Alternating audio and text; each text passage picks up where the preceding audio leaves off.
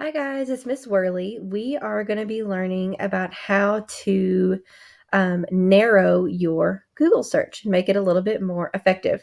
So I'm going to show you some really cool tricks that you can use when you do a Google search. So say, for example, that you are researching the animal jaguar. So if you go to Google and you type in jaguar, okay, notice I have 644 million results. That's a lot. And I'm looking for an animal, but the first thing that comes up is talking about cars. I see lots of pictures of cars. Looks like again for cars, cars, cars. That's not very helpful if I'm looking for an animal. So what I'm going to do is I'm going to space, and I'm going to type the minus symbol, and then I'm going to type car, because I don't want to include any website that talks about cars if I'm only looking for websites about the animal. So now that I've included that minus sign car, it should take out websites that talk about cars. Hit enter. And now that took us down to 474 million. Still a lot, but it did cut down quite a bit. So let's see, let's scroll down. We've got wildlife.org. And honestly, it looks like some of these still do include cars, but this one is about biodiversity. This one is about the animal. This one's about the animal. So it definitely, while it still didn't filter out all of them, it definitely did help my search, because now the majority of what I'm seeing is about the animal. Okay, so that's one trick that you can try. If you know that there are multiple meanings for your word or your search term, you can just include that little minus sign, and it will take out the majority of what you're not looking for. Okay, let's try another one. Okay, so let's say I'm looking at marathon, like I want to run a marathon, which, if you know me, it's not really true. I don't like to run, but that's okay. So I'm going to look up marathon. And okay, so look at marathon. And of course, what I'm getting here is gas stations, petroleum corporation. Now, this one is about a race. Let's see. But a lot of things looks like about gas. There was marathon oil. So let's say I want to take out gas and also petroleum. And that was at 465 million, if you didn't see that before. And now we're at 437 million. Again, still a lot, but it did take it down some for you. Okay. So now we've got this about the race. This is about a race, race. So lots more about a race, which is what I was searching for. Okay, so that's your first tip or your first trick that you can use when you are searching. Okay, your second trick is if you are wanting to look on a certain website, okay, you can also type that in. So let's say I want to look on YouTube for States of Matter videos. Could I go to YouTube and type in States of Matter? I could, but I want to show you a little trick that you can use also. So let's do States of Matter. And then I'm going to type in site with a colon and then youtube.com.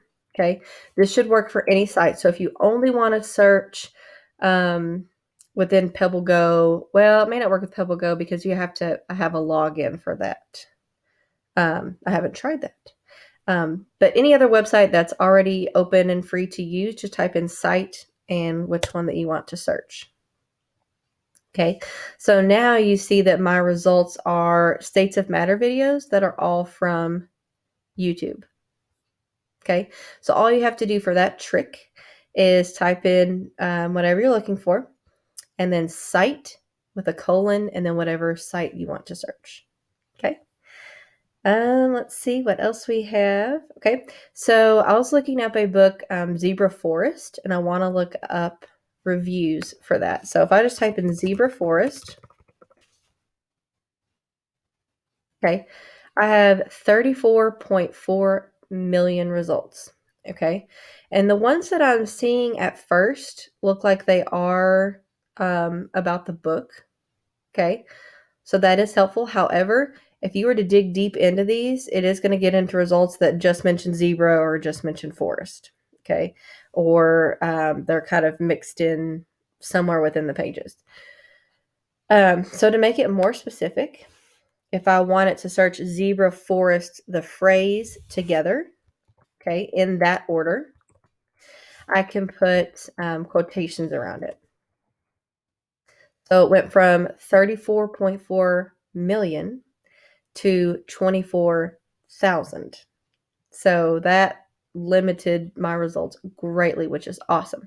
So now it's looking for, when I put the quotations around it, it's looking for zebra forest together as a phrase. So not zebra here and then forest somewhere else. It's looking for zebra and forest together like that. Okay. Now, if I'm looking for specifically a review of zebra forest, let's see, we're at 24,100. I'm going to space, click the plus button. Okay. That means I do want it also to include the word review. Okay. And now you'll notice that it took us from 24,000 down to 2,700. So again, it's still a lot, but that's way better than the original search results. So now everything that I'm seeing should be about reviews for the book Zebra Forest. Okay. Let's see. All right, I'm going to show you some more cool tricks. We've got advanced search. So if I want to look for states of matter, and let's say I want to, well, let me just search it first. Okay, when I search it, I have, oh my gosh, 1,000, million, billion, 1.8 billion results. Holy moly. And I'm sure there's a bunch of stuff here. If I'm specifically looking for a file type, maybe I want a PowerPoint presentation that I want to look at. Maybe I want to look at a PDF. Okay. What you can do is you can go here to settings and go to advanced search. Okay. There's some information up here if you want to fill it in. It says this exact word or phrase, any of these words, none of these words. So it's kind of like what we were doing before, where you can, like where you would put the plus or where you would put the quotes or the minus sign, right? None of these words, that would be a minus sign. But you don't have to put the minus sign here because it's already filtered as none of these. Okay. Oh, it's got it over to the side there. Okay. Over to the right. You can filter it by language if you choose. Last update. So if you're wanting something recent, okay, you can do it like within the past day or the past year or anytime. Just we'll pull up anything from any time range.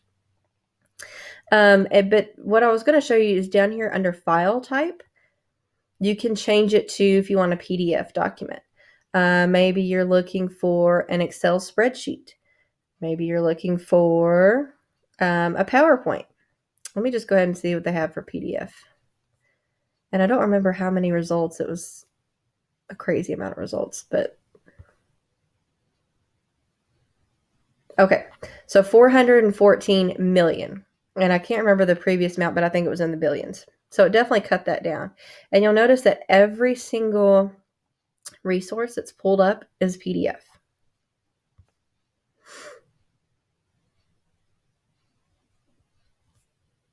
Which is super cool.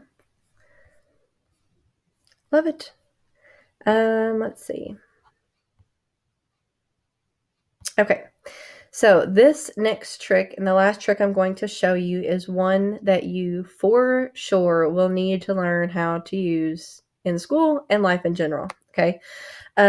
Because when we talk about copyright rules, a lot of students think that because an image is on the web and you can view it yourself, that is free for you to use.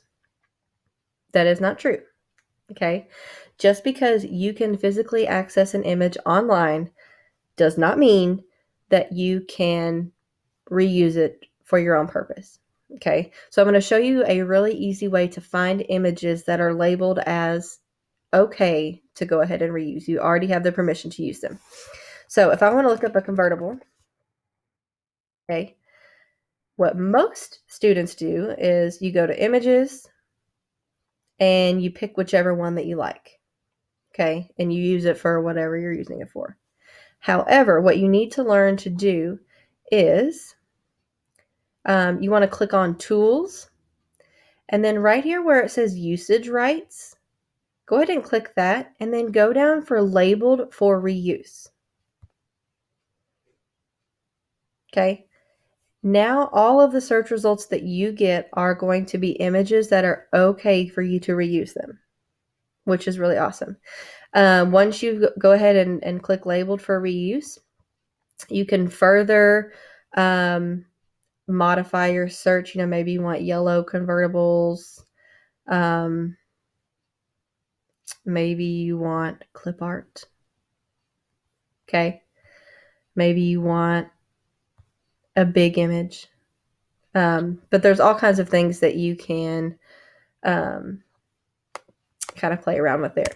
But definitely look for labeled for reuse whenever you are looking for images. So I hope you learned some cool search tricks today. If you have any questions, please feel free to email me, and I hope that this was helpful to you.